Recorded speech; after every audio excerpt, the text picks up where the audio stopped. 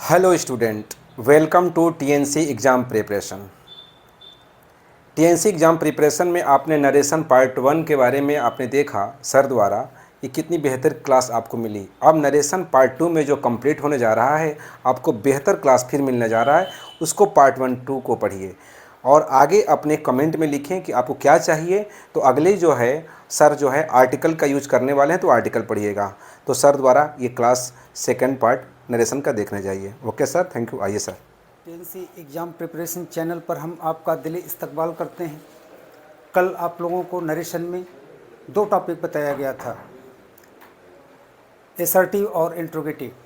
यानी अगर assertive sentence का है डायरेक्ट नरेशन तो उसको इनडायरेक्ट नरेशन में कैसे बदलेंगे, और इंट्रोगेटिव है तो कैसे बदलेंगे, उसी को आज हम आगे बढ़ाते हैं। इम्परेटिव इम्परेटिव सेंटेंस का इनडायरेक्ट नरेशन कैसे होगा, तो इसके लिए आपको जानना है कि इम्परेटिव सेंटेंस होता क्या है, इसमें क्या क्या होता है। इम्परेटिव सेंटेंस में ऑर्डर, रिक्वेस्ट और सजेशन, ये तीनों होता है। और ये कितने तरह का होता है? दो। एक होता है पॉजिटिव इम्परेटिव और दूसरा होता है निगेटिव इम्परेटिव। पॉजिटिव इम्परेटिव में वर्ब के फर्स्ट फॉर्म से बिगनिंग ऑफ सेंटेंस होता है, वाक्य की शुरुआत होती है। जैसे bring me a glass of water. और निगेटिव में डू नॉट से होता है, डोंट मेक ए नॉइज।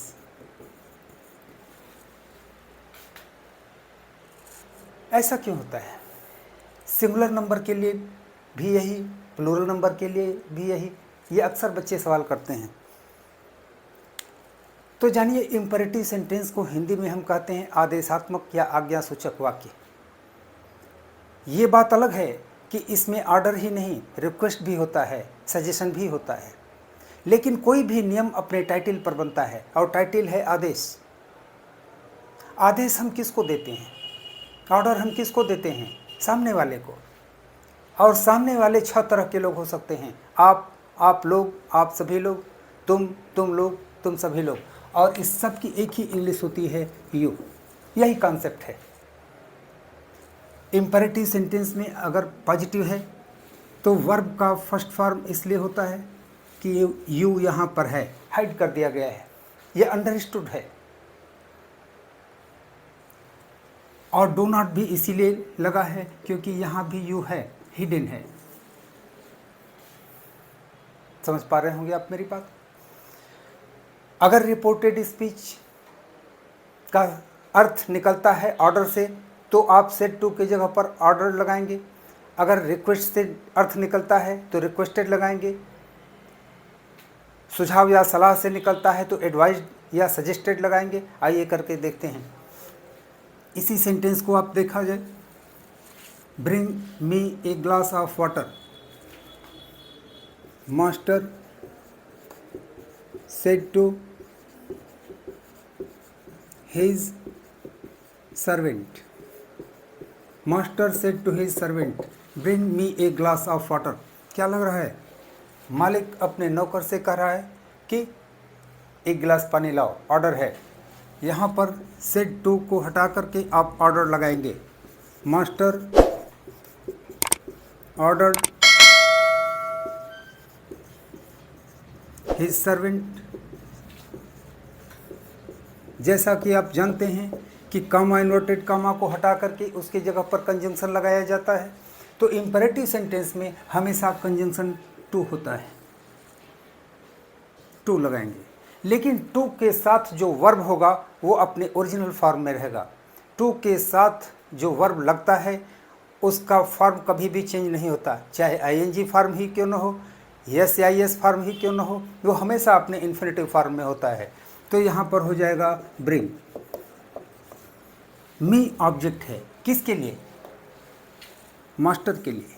तो master third person masculine gender singular number है, इसका सब्जेक्ट तो होता ही, लेकिन सब्जेक्ट की ज़रूरत नहीं है, ऑब्जेक्ट की ज़रूरत है, तो यही ट्रांसफ़र हो जाएगा किसमें, him.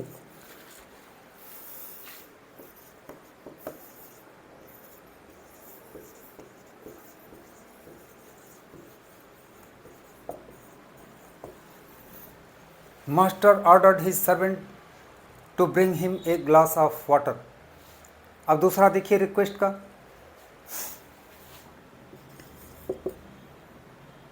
My brother said to me please help मी।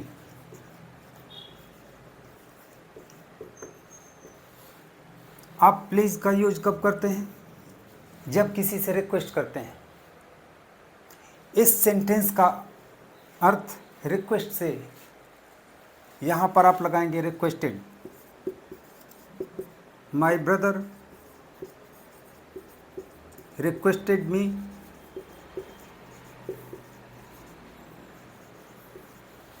जब आपने रिक्वेस्ट लिख दिया तो अब प्लीज़ ख़त्म हो गया, प्लीज़ का अब कोई मतलब नहीं। कंजंक्शन टू लगाएंगे और पहला वर्ब मिला हेल्प, ये अपने ओरिजिनल फॉर्मेट में रहेगा। मी ऑब्जेक्ट है यहाँ पर माई ब्रदर के लिए, यहाँ भी आप लगाएंगे him.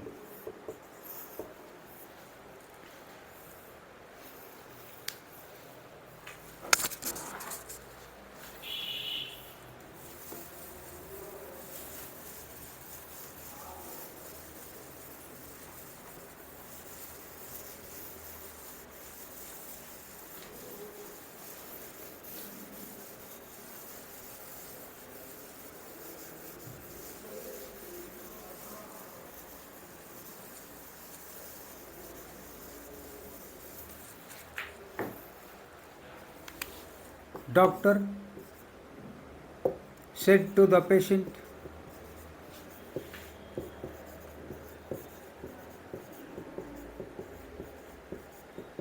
take the medicine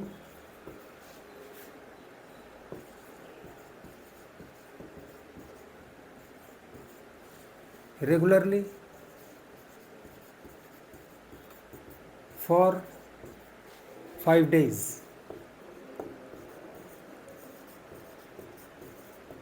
take the medicine regularly for 5 days. तो डॉक्टर मरीज को हमेशा एडवाइस करेगा, सुझाव या सलाह देगा। डॉक्टर एडवाइज्ड, यहाँ पर एक चीज़ ध्यान दीजिएगा, एक होता है एडवाइस और दूसरा होता है एडवाइस। यहाँ पर स्टूडेंट्स कंफ्यूज हो जाते हैं, कौन सही है। सही दोनों है, लेकिन ये नाउन है और ये वर्ब है। इसका मतलब होता है सलाह, इसका मतलब है सलाह देना। तो एडवाइज ये वाला आप लगाएंगे, क्योंकि यहाँ वर्ब के रूप में आप यूज कर रहे हैं। एडवाइज्ड द पेशेंट, कंजंक्शन हो जाएगा टू, टेक अपने ओरिजिनल फॉर्मेट में रहेगा, द मेडिसिन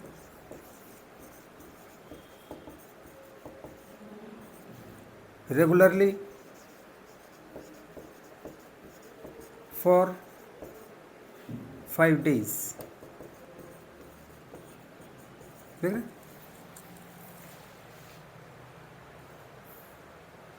ये है आपका। अब निगेटिव इंपेरेटिव देखिए, यानी जिसमें वाक्य की शुरुआत डू नॉट से है।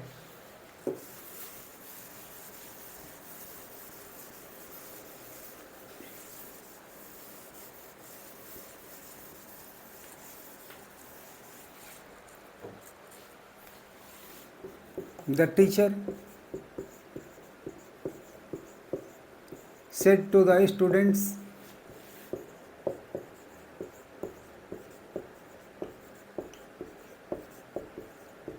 don't make a noise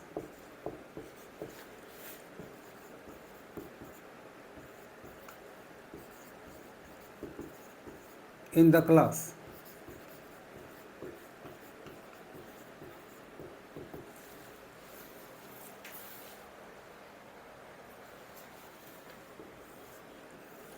यहाँ भी आपको देखना है कि ऑर्डर है, रिक्वेस्ट है या सजेशन है।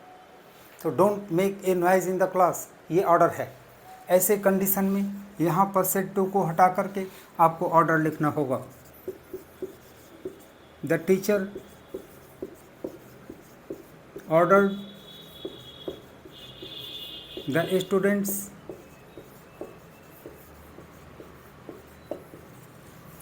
लेकिन अब थोड़ी सी प्रॉब्लम भी है। वो क्या कि कामा, इन्वर्टेड कामा के साथ साथ डू भी खत्म हो जाएगा, केवल नॉट रहेगा। अब तक आप करते चले आए हैं कि कामा, इन्वर्टेड कामा को हटा करके कंजंक्शन वहीं पर लिखते हैं, लेकिन यहाँ पर कंजंक्शन वहीं पर नहीं लिखेंगे, क्योंकि टू नॉट के पहले नहीं लिखा जाता, वर्ब के पहले लिखा जाता है। इसलिए ये टू जो कंजंक्शन है, नॉट के बाद और वर्ब के पहले, यानी दोनों के बीच में आप लिखेंगे। Not to make a noise in the class.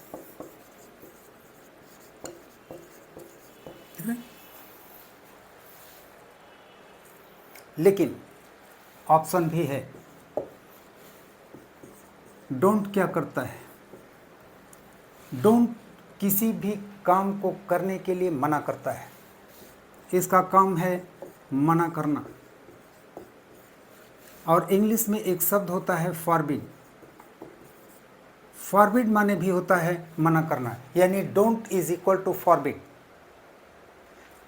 जब आप फॉरबिड का यूज करेंगे तो कामा, इन्वर्टेड कामा के साथ साथ डू ही नहीं, नॉट भी खत्म हो जाएगा। देखिए practically, the teacher forbid the students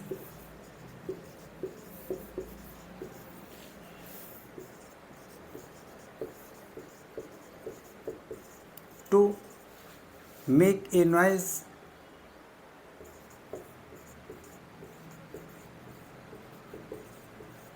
in the class।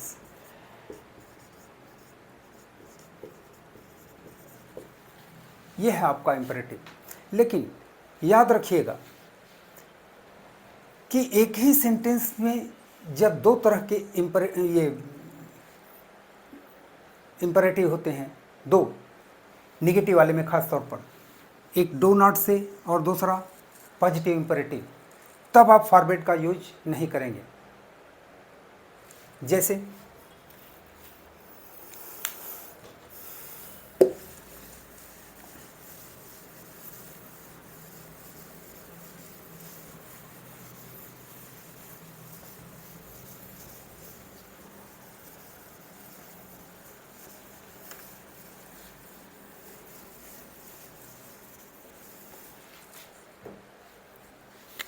the teacher said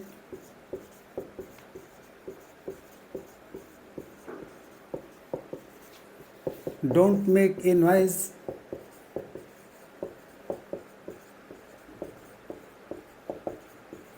and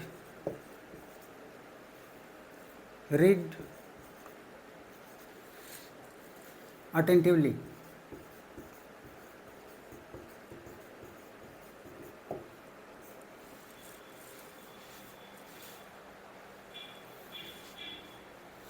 don't make a noise, ये नेगेटिव इंपरेटिव हुआ। रीड अटेंटिवली, ध्यानपूर्वक पढ़ो, ये पॉजिटिव इंपरेटिव हुआ। अब यहाँ पर अगर आप फॉरबिड लगाते हैं तो ये वाला पोर्शन तो सही हो जाएगा, ये वाला भी नेगेटिव में आ जाएगा। तो ऐसे जो सेंटेंसेस मिलते हैं उसमें आपको प्रॉपर वे में ऑर्डर्ड, रिक्वेस्टेड, एडवाइज्ड का ही यूज करना है। The teacher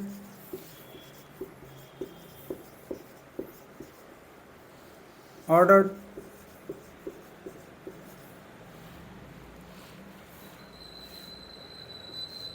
not to make a noise and है, ये भी तो इम्परेटिव है। टू रीड अटेंटिवली,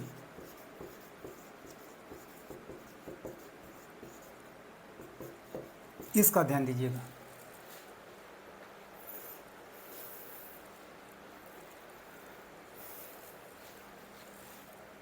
इस तरह से इम्परेटिव कंप्लीट होता है। अब एक्सक्लेमेटरी सेंटेंस को देखते हैं।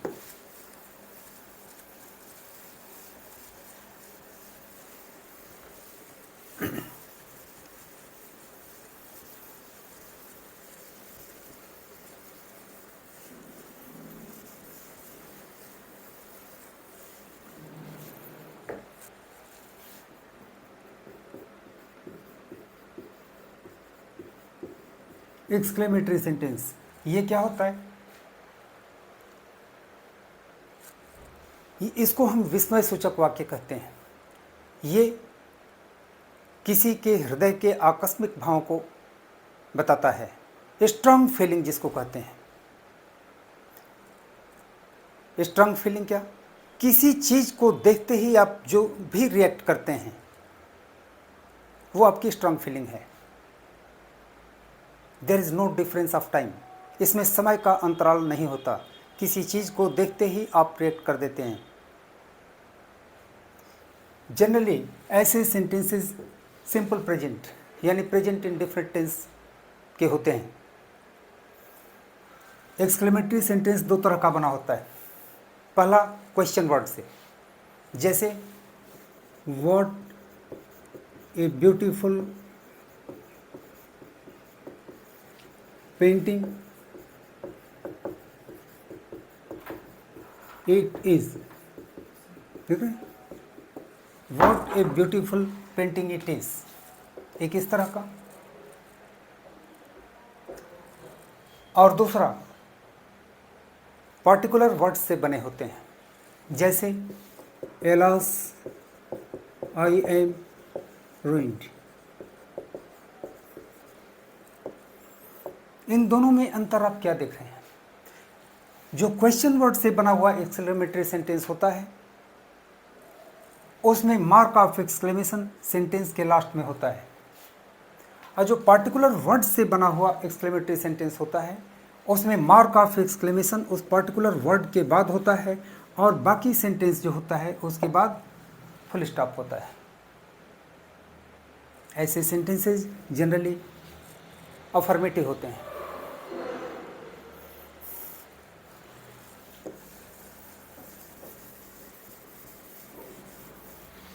अब आइए एक चीज और आपको बताते हैं इसी में। How beautiful our earth is. जो एक्सक्लेमेटरी सेंटेंस होते हैं, अभी हमने आपको बताया कि क्वेश्चन वर्ड से बने होते हैं। वो क्वेश्चन वर्ड व्हाट और हाउ दो ही होता है, और इन दोनों का मतलब होता है वेरी, ग्रेट, या कोई भी ऐसा शब्द जिससे ज़्यादा की क्वांटिटी प्रदर्शित हो। ज़्यादा के केस में, सिंपल भाषा में समझिए, ज़्यादा के केस में। तो आप सवाल कर सकते हैं कि जब दोनों की मीनिंग एक ही है, वेरी, ग्रेट, तो दो अलग अलग शब्द क्यों? इसलिए कि जब एडजेक्टिव के पहले ए लगा होता है तब हमें व्हाट का यूज करना है, और एडजेक्टिव के पहले ए अगर नहीं होता है तो हाउ का यूज करना है। ये नियम होता है।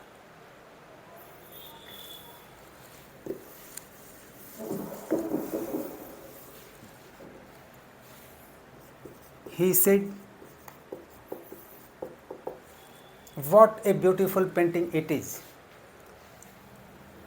मार्क ऑफ एक्सक्लेमेशन बता रहा है कि ये एक्सक्लेमेटरी सेंटेंस है। एक्सक्लेमेटरी सेंटेंस के केस में आप सेड को हटा करके एक्सक्लेम्ड लिखते हैं। He exclaimed.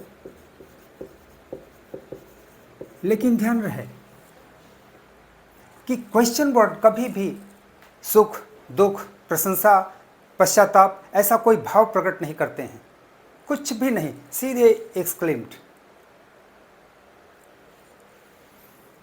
इसमें भी कंजंक्शन आप उसी तरह से दैट लगाएंगे जैसे असर्टिव सेंटेंस में आपने लगाया था।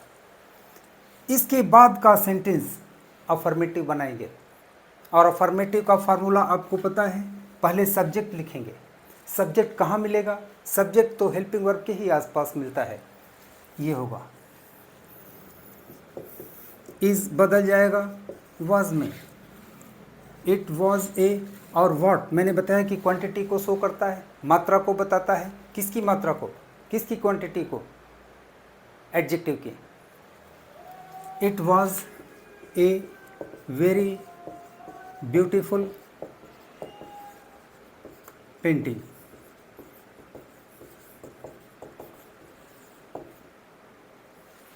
और क्वेश्चन ये मार्क ऑफ एक्सक्लेमेशन बदलेगा फुल स्टॉप में। She said what a fool I am. उसने कहा मैं कितनी मूर्ख हूँ। कितना मूर्ख बताएगा? कोई मात्रा तो है नहीं। मैं बहुत ज़्यादा मूर्ख हूँ, जिसको आप डेली लाइफ में कहते हैं मैं महामूर्ख हूँ। महामूर्ख, ग्रेट लगाएंगे। महान मूर्ख मत बोलिएगा, मूर्ख महान नहीं हुआ करता। महामूर्ख। सी एक्सक्लेम्ड दैट, आई की जगह पर हो जाएगा सी वॉज ए ग्रेट फूल।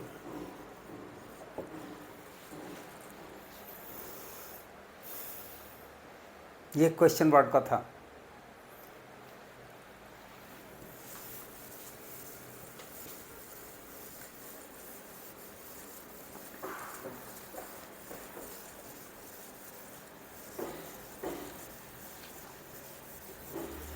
अब आइए उस एक्सक्लेमेटरी सेंटेंस को देखा जाए जो पर्टिकुलर वर्ड से बने होते हैं। Sohan said alas I am ruined.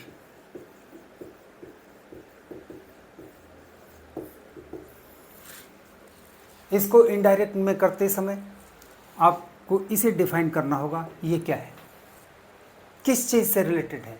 तो एलॉस इज रिलेटेड टू सॉरो, ये दुख से संबंधित है। एक्सक्लेमेटरी सेंटेंस है तो सेड के जगह पर एक्सक्लेम्ड आप लगाते हैं, लगा दीजिए। लेकिन अब यहाँ पर आपको लिखना होगा विथ सॉरो।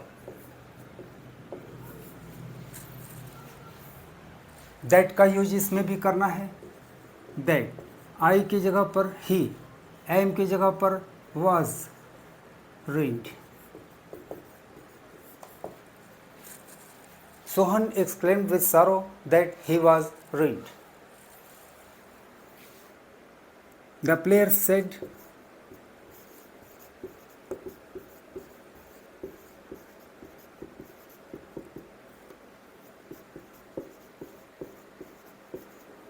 ये कुछ लोग हुर्रा बोलते हैं, कुछ लोग हुर्रे बोलते हैं। अपना अपना प्रोनाउंसिएशन है, गलत कोई नहीं है। We have won the match. इसी से क्लियर हो गया कि ये खुशी से संबंधित है। It is related to joy. The players exclaimed with joy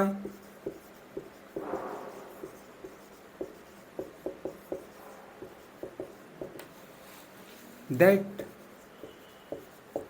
we plural number है और आया भी है किसके लिए? प्लेयर्स के लिए, प्लूरल नंबर के लिए। अब यहाँ पर हो जाएगा दे। प्रेजेंट परफेक्ट है तो पास्ट परफेक्ट हो जाएगा। प्रेजेंट परफेक्ट क्यों है? क्योंकि हैव के साथ वर्ब का थर्ड फॉर्म लगा हुआ है। अब यहाँ पर हो जाएगा had won the match.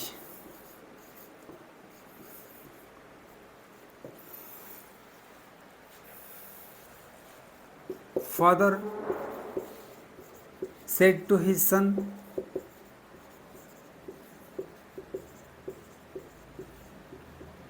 Bravo, you have done well.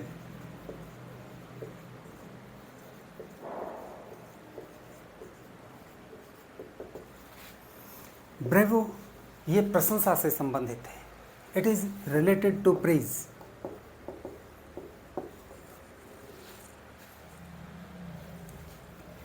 इसका होगा फादर exclaimed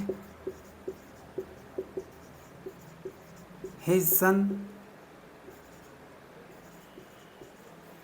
with praise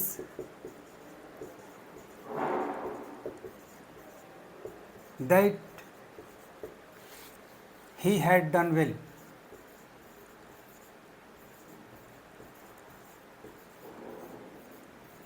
लेकिन इसका ऑप्शन भी है. एक्सक्लेम्ड विथ प्रेज न लिख करके अगर आप चाहें तो एक शब्द लिख सकते हैं अपलॉडेड. APPLAUDED. तब होगा फादर अपलॉडेड हिज सन. लेकिन एक शब्द आपको जोड़ना होगा सेइंग. यहां सेइंग का मतलब है कहते हुए. पिता ने अपने पुत्र की यह कहते हुए प्रशंसा किया. इस केस में सेइंग लगा है. That he had done well.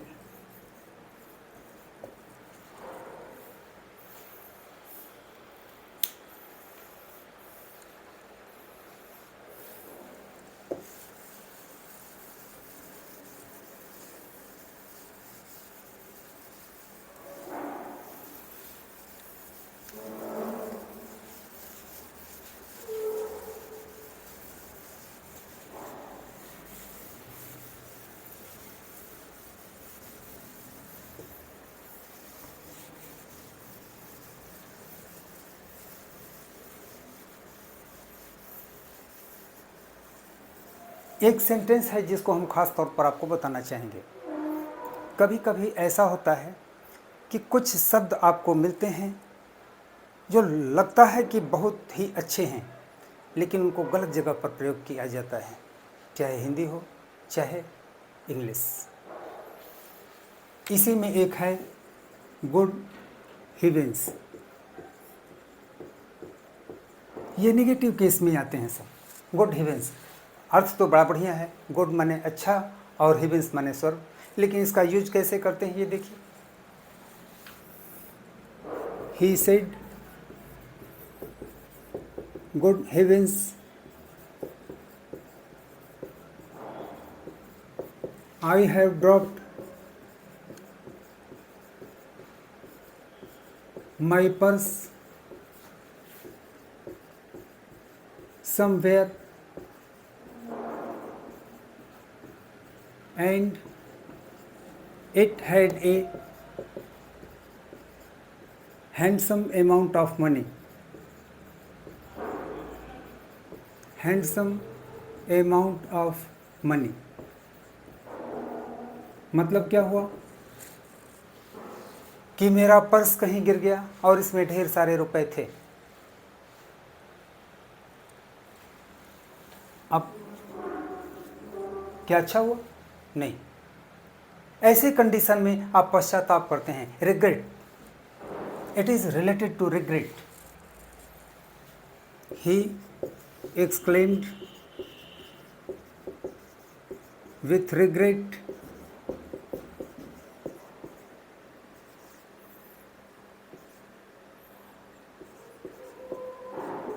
That. I की जगह पर ही, हैव की जगह पर had, third form of the verb पहले से मिला है.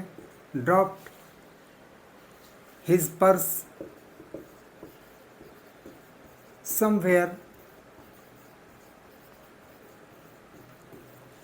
And it had a handsome amount of money.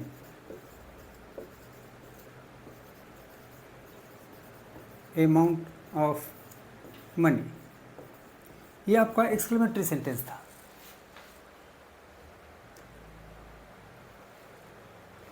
लेकिन एक अलग तरह का भी एक्सक्लेमेटरी आता है, वो भी क्वेश्चन वर्ड से ही बना होता है, लेकिन इस तरह से, he said what A fall. What A fall, यहां पर देखिए एडजेक्टिव ही नहीं है, एडजेक्टिव नहीं है, और एडजेक्टिव भी आपको बनाना है। तो सबसे पहले आपको ये देखना होगा कि ये ए फॉल क्या है, सब्जेक्ट है या वर्ब। आप निश्चित रूप से यही कहेंगे कि ये सब्जेक्ट है। फॉल मीन्स गिरना भी होता है, फॉल मीन्स झरना भी होता है, लेकिन अगर गिरना होता, ये वर्ब की जगह पर होता, तो इसके पहले ए नहीं लगा होता। ए हमेशा नाउन के पहले लगता है सिंगुलर नंबर के लिए, वर्ब के पहले ए एंड द का यूज नहीं होता। तो ये झरना है। ही एक्सक्लेम्ड दैट, अब ये ए फॉल बदल जाएगा किस में, द फॉल। अभी थोड़ी देर पहले हमने आपको बताया था कि एक्सक्लेमेटरी सेंटेंस सिंपल प्रेजेंट से रिलेटेड होते हैं, प्रेजेंट इंडेफिनिट टेंस से रिलेटेड होते हैं, इसलिए इसमें इज आर का यूज किया गया होता है। और इज आर के साथ अगर वर्ब नहीं है आईएनजी फॉर्म में, तो ये कंटिन्यूअस नहीं हो सकता। थर्ड फॉर्म का कोई वर्ब नहीं है तो पैसिव वॉइस नहीं हो सकता। यानी इज या आर किसी सेंटेंस में लगा है और इसके साथ वर्ब नहीं है, तो ये सिंपल प्रेजेंट में होता है। तो सिंपल प्रेजेंट बदलेगा किस में, सिंपल पास्ट में। द फॉल वाज, ये सिंगुलर नंबर है। व्हाट का मतलब वेरी से था ये। अब एडजेक्टिव क्या बनाए, तो झरने की सुंदरता इसकी रमणीयता से होती है। Pleasant, PLEASANT, he exclaimed that the fall was very pleasant। यह है आपका एक्सक्लेमेटरी सेंटेंस।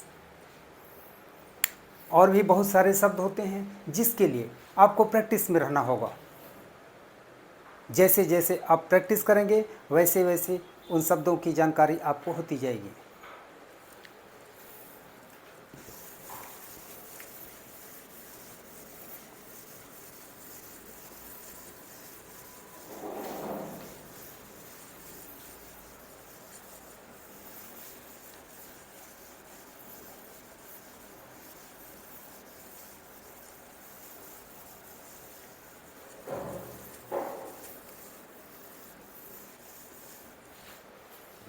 अब last optative sentence.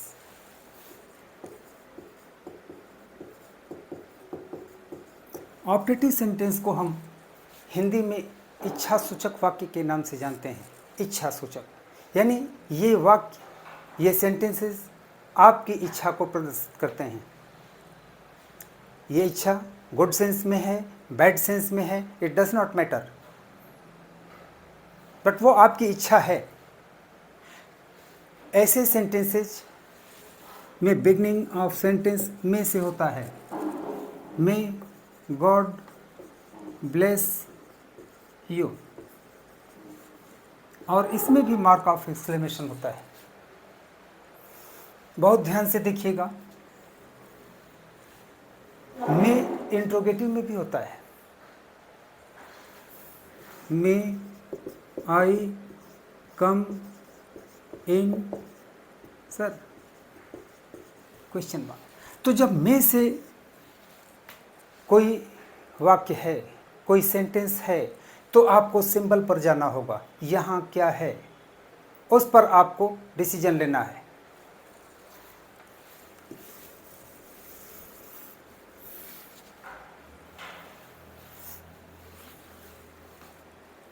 The beggar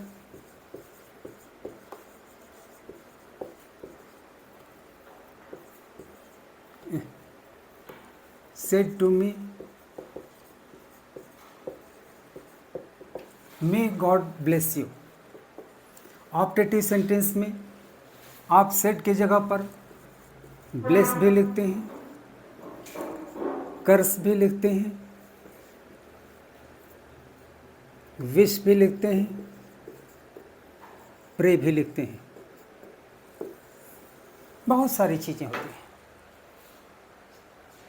बस आपको ये ध्यान देना है कि इनमें से कोई भी वर्ड पहले से इसमें ना लगा हो। रिपीटेड फॉर्म में इसको नहीं लिखा जा सकता। द बेगर,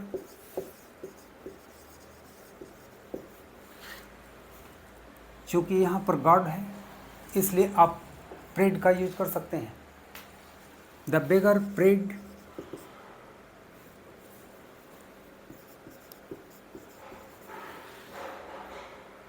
बहुत ध्यान से देखिएगा, यहाँ फिलहाल हम मी लिख दे रहे हैं, इसमें भी कंजंक्शन दैट ही होता है, जैसे एसर्टिव में हुआ था।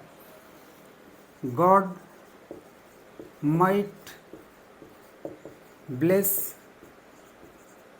यू, किसके लिए आया? मी के लिए। आपने फिर मी लिख दिया। दोबारा ब्लेस का यूज नहीं कर सकते हैं, इसलिए हमने यहाँ पर ब्लेस नहीं लिखा। अब आपको यहाँ पर दो मी दिखाई पड़ रहा है। एक ही ऑब्जेक्ट को आप दो बार नहीं लिख सकते, तो क्या करना होगा? फर्स्ट टाइम में जो आया है उसको ख़त्म कर दीजिए, सेकंड वाले को लिखिए, ये तो अपने आप में अंडरस्टूड हो जाएगा।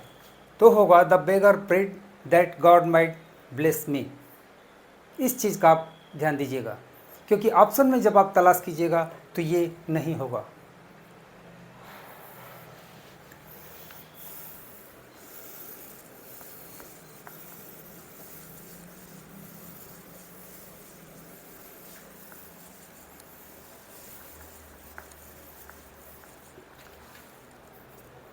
My teacher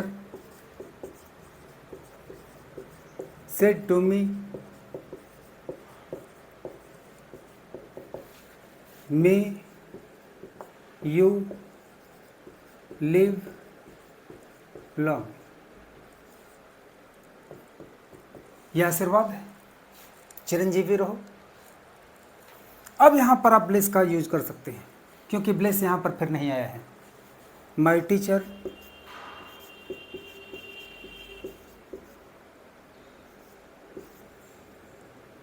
blessed me that you का यू किसके लिए है? मी के लिए। सब्जेक्ट की जगह पर है इसलिए मी का सब्जेक्ट होगा आई, मे का हो जाएगा माइट, इसके साथ भी वर्ब का फर्स्ट फॉर्म होगा लिव लॉन्ग।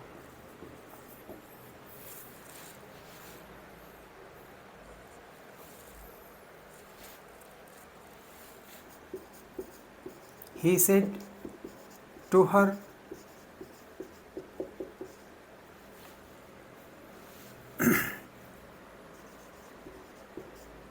may you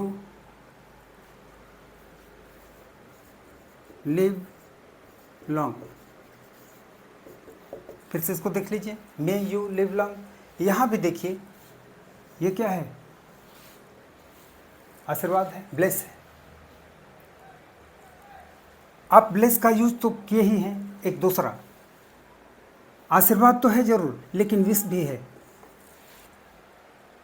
अगर आप विश करते हैं तो no problem. He wished her that she might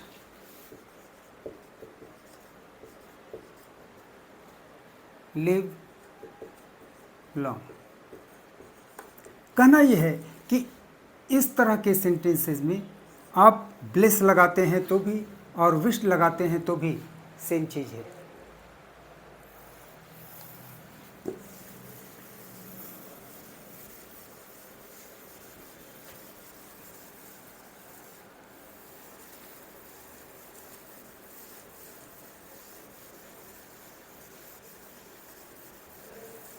अब कुछ एडिशनल चीज़ें देखिए।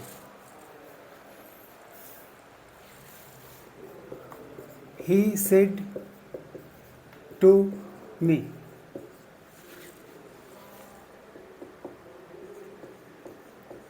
कॉन्ग्रेचुलेशन।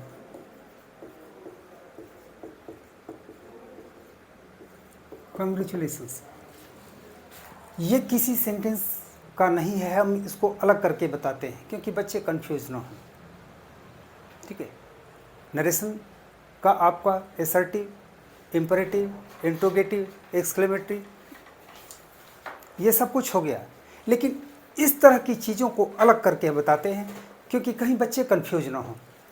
इसमें आपको पर्टिकुलर एक शब्द दिखाई पड़ रहा है, ओनली वन। तो इसको इनडायरेक्ट नरेशन में कन्वर्ट करने के लिए, चेंज करने के लिए आपको ये ध्यान देना होगा कि क्या दिए गए इस शब्द का वर्ब बन सकता है। अगर बन सकता है तो उसी को यहाँ ला दीजिए। तो कॉन्ग्रेचुलेशन का वर्ब क्या होता है? कॉन्ग्रेचुलेट होता है ना। अगर होता है तो यहाँ कर दीजिए, ही कॉन्ग्रेचुलेटेड मी।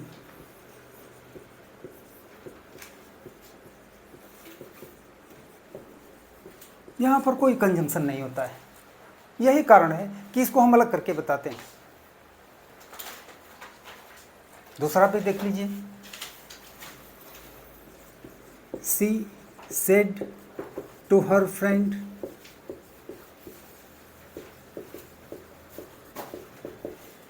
वेलकम।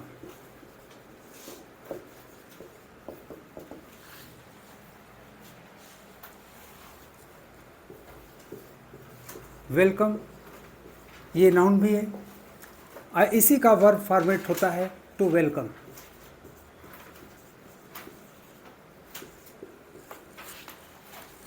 इसको यहाँ पर ला सकते हैं, हो जाएगा सी वेलकम्ड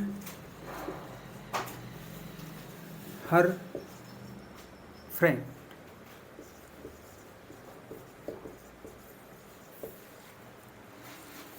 वर्ब बन रहा है, बना दीजिए, लेकिन कुछ ऐसे भी शब्द आते हैं जिनका वर्ब बनता ही नहीं, उसका भी देख लीजिए।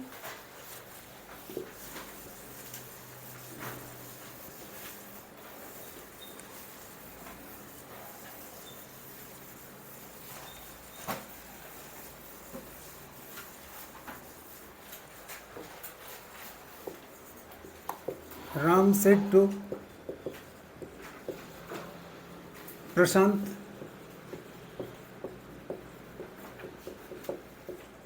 Good morning. गुड मॉर्निंग, अब इसका वर्ब तो नहीं बनेगा भाई, ये डेली यूज का शब्द है, आप कहीं ना कहीं इसका यूज करते हैं, तो ये भी विश से ही रिलेटेड है। विश या बेड, इन दोनों का आप यूज करते हैं। राम विश्ड प्रशांत गुड मॉर्निंग। इसको दूसरे तरीके से भी कर सकते हैं, इसको अगर आप पहले लाना चाहते हैं तो होगा राम विश्ड गुड मॉर्निंग। अब आपको एक शब्द जोड़ना होगा टू प्रशांत। इन केस अगर आप बेड लगाते हैं तो भी वही अर्थ है, कोई दिक्कत नहीं। तो इस तरह से आप लोगों का नरेशन खत्म होता है।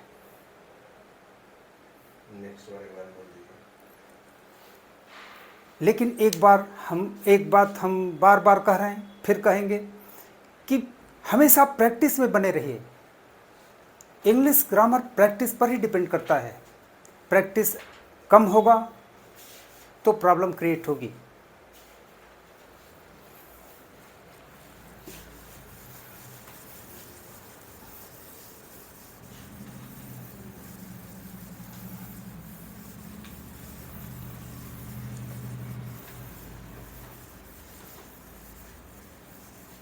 अब अगला हम आपको नेक्स्ट टर्म में बताएंगे आर्टिकल।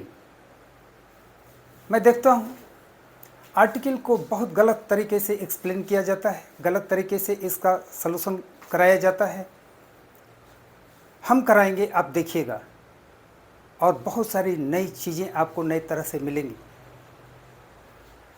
तो इंतज़ार करिए नेक्स्ट टर्म का। Thank you for your kind cooperation.